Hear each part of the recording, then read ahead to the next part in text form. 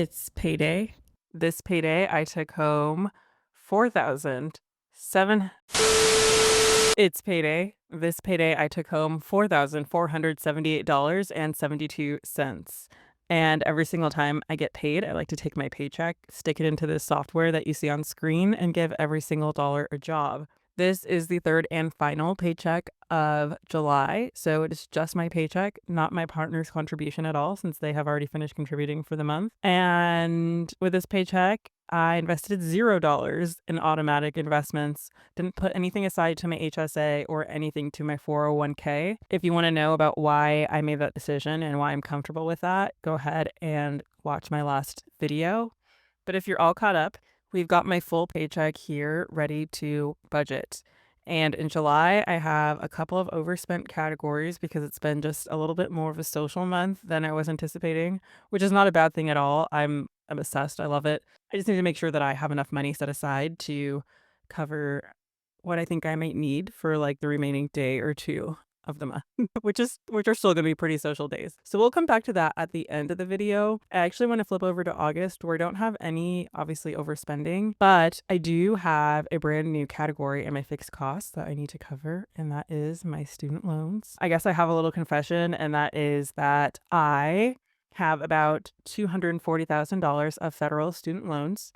They were previously under the SAVE plan, but now that the courts have dismantled the SAVE plan and required that interest start accruing on August 1st, and Congress passed the big, beautiful bill into law, which gets rid of the SAVE plan and introduces some alternative repayment options, I think I'm going to start prioritizing putting money aside for student loans. Right now, I'm thinking that I will contribute somewhere around $2,000 a month because my interest is usually about $1,000 a month. So I can make a little bit of headway just on a regular month-to-month basis.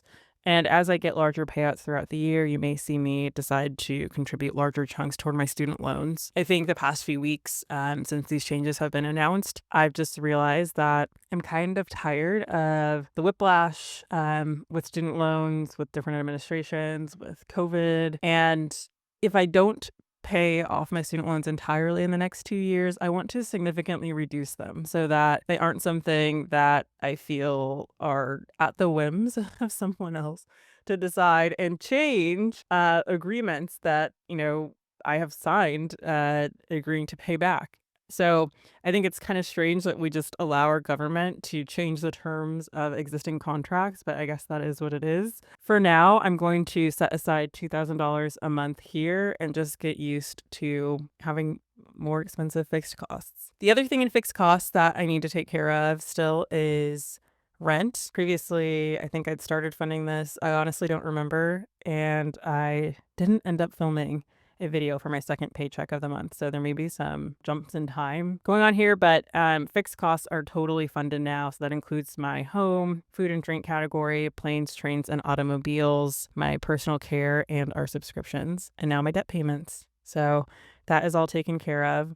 We have $848.72 left. I'm going to flip over to guilt-free spending. We need $900 for restaurants. Let's see what we can make happen. I think I'm going to go actually to fixed costs, move this up to ready to assign.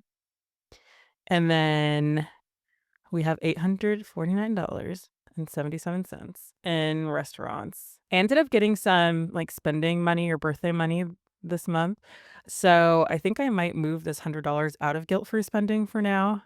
I think, that'll be fine for next month because I did actually go a little ham, and I don't know, I've spent quite a bit on guilt-free spending in July. I think I'm good there. I'll finish funding restaurants.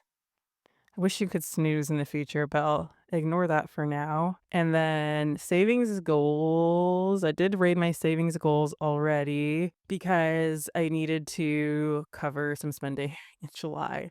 I think I'm honestly going to raid this more and refill this maybe later in August, just when I know I will have a bit more income coming in. So let's just take the whole thing and move it to ready to assign and see what we're going to do here. So back in July, I need to cover Nope, I'm not going to cover that yet. I need to cover gifts for others. I ended up purchasing a flight for my sister to come and visit, and so I need to cover that. And just because I know that we're gonna go out more and have a few more, like, social dinners. I'm gonna cover this 128.45, but I also think I'm gonna add an additional $400 to be safe, I think. Let's see where we are now if I do that. So renter's insurance is on track. My cleaning service, we actually don't have a cleaning service this month. We actually only had, I don't know what happened, but we ended up skipping one. We will have 3 next month, so I was gonna let that roll over, but I think I'll just move it up to ready to assign and then assign it in August where it belongs. And then back to July. Household goods, we're right around the $800 mark, which I think I mentioned before. It's like our average, that's my target. Um, I think that's okay for now. I don't anticipate that I'll have to go buy anything else between now and the end of the month. Meal kit is good, meals at work is good. If anything is there, I'll move it. And charging, I don't need to charge anymore, but this was a higher than average month for charging. I usually set aside $80 and spent much more than that. So we'll see how that changes my overall average. Personal care, I'll leave. I do need to buy a couple things. Like, I think I need to buy a moisturizer and something else. I don't remember right now, but I'll leave that. And then our memberships and subscriptions, I think, are good. Savings goals are also good. And yes, I did raid some of what I had in 3 months expenses, so I also have to refill that when it comes time. Let's see. I think I'll just make this $110, so I'll move 663 to ready to assign. And is that what I want to do? Yeah, that's fine. Restaurants, I added that money there, so we should be good. Savings goals, I'm not going to worry about right now. And this number is not accurate for holidays since I just pulled money out of August. I guess I'll go ahead and add, let's just add 440 to holidays. And I'm curious what it'll tell me that I need to contribute in September. 765. So yeah, I'm not going to do that. I'm just going to try to fill this back up to where it should be to be on track in August. And then we will go from there.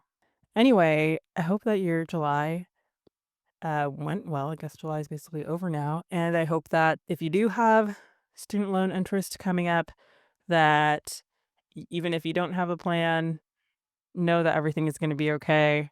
There's time to figure out a plan, and you got this. All right, see you in the next one. Bye.